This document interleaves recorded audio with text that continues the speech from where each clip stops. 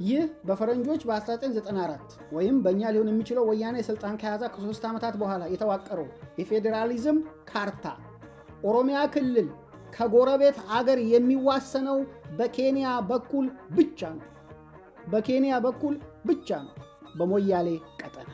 በሌላ በኩል በምንም ከጎረቤት አገር ጋር አይዋሰንም።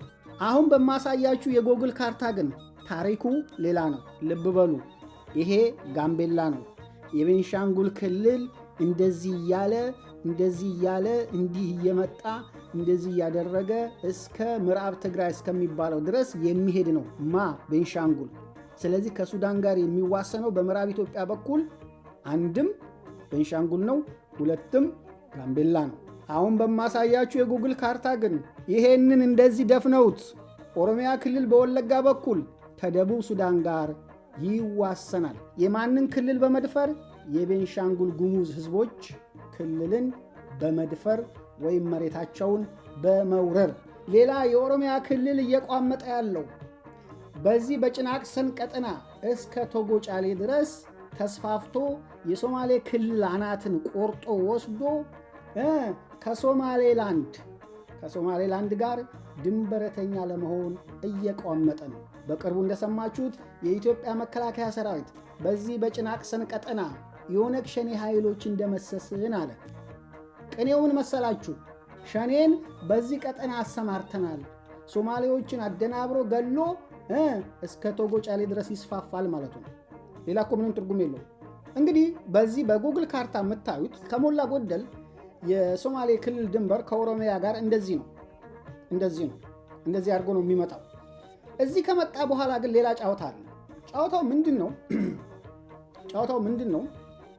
የጎግል ካርታው ካያችሁት፣ የጎግል ካርታ እንግዲህ ጎግል ካርታን የሚያሰምረው ከመንግስት ባለስልጣናት ጋር ተነጋግሮ ነው ካርታውን የሚያሰምረው። እኔ ባለኝ መረጃ የጎግል ካርታውን ካያችሁት ኦሮሚያ ክልል አያችሁት እንዴት እንደመጣ? እንዲህ አርጎ ጭራሽ እስከዚህ እስከ ፋፈን ወንዝ ድረስ መጥቶ በጅጅጋ አናትጌ በኩል አርጎ ቶጎ ጫሌ ሊገባ ምንም አልቀረው። ይሄ ቶጎ ጫሌ ነው። ግማሹ በኢትዮጵያ በኩል ነው፣ ግማሹ በሶማሌላንድ በኩል ነው። የዶላር ምንዛሬ የሚከወንበት ነው። ስለዚህ በቅርቡ የኢትዮጵያ መከላከያ ሰራዊት ምን አለ? በጭናቅሰን ቀጠና የኦነግ ሸኔ ኃይሎች እንደመሰስን አለ። በሌላ አነጋገር ሸኔዎች ወደዚህ አሰማርተናል ማለት ነው። የኦሮሚያ ክልልን እስከ ቶጎ ጫሌ ድረስ ያስፋፉትና የሶማሌ ክልል አንገት ይቆርጡትና የኦሮሚያ ክልል ከሶማሌላንድ ጋር ድንበረተኛ ይሆናል እያሏችሁ ከሶማሌላንድ ጋር ድንበረተኛ ይሆናል እያሏችሁ ነው። ከዛ ማን ይመጣል? ሀርጌሳ ኬኛ ይመጣል። ከዛ ማን ይመጣል? በርበራ ኬኛ ይመጣል። ከዛ ማን ይመጣል? ዘይላ ኬኛ ይመጣል። ስለዚህ የወያኔ ትቢት፣ የወያኔ ተንኮል፣ የወያኔ ደባ ወደድንም ጠላንም ዛሬ ላለንበት መከራ ትልቁን ስራ ሰርቷል። ስለዚህ የካርታ አምጥቼ እዚህ ጋር ቆምኩት ለምንድን ነው? ምናልባት ሶማሌዎቹ እንደዚህ በጭሮ በኩል አድርገው እንደዚህ ከአፋር ጋር ተገናኝተው ክልላቸውን ማስፋት ይፈልጋሉ። ኦሮሞዎቹ ደግሞ አሁን በጎግሉ ካርታ እንዳሳየዋችሁ እንደዚህ እያሉ የሶማሌ ክልልን መሬት እየቆራረሱ እየቦጫጨቁ በጭናቅሰን በኩል አድርገው ቶጎ ጫሌን ጠቅልለው የሶማሌ ክልል አናትን ቆርሶ መውሰድ ይፈልጋሉ። ገሚሱ ለአፋር ክልል ይሰጡታል፣ ገሚሱ እነሱ ይወስዱትና ከሶማሌላንድ በኩል ድንበረተኛ ሆኑ ማለት ነው። በሌላ አነጋገር የኦሮሚያ ክልል በወያኔ ጊዜ እንደነበረው በአንድ ቀጠና ብቻ ሳይሆን በ3 ቀጠና ከጎረቤት ሀገር ጋር ይዋሰናል ማለት ነው። ዓላማቸው ይሄ ነው። ቀደም ብዬ እንደነገርኳችሁ አሁን ባለው ነባራዊ ሁኔታ የኦሮሚያ ክልል በሁለት በኩል ከጎረቤት ሀገር ጋር ይዋሰናል ወይም ዓለም አቀፋዊ ድንበር አለው። የጎግልን ካርታ ላሳያችሁ።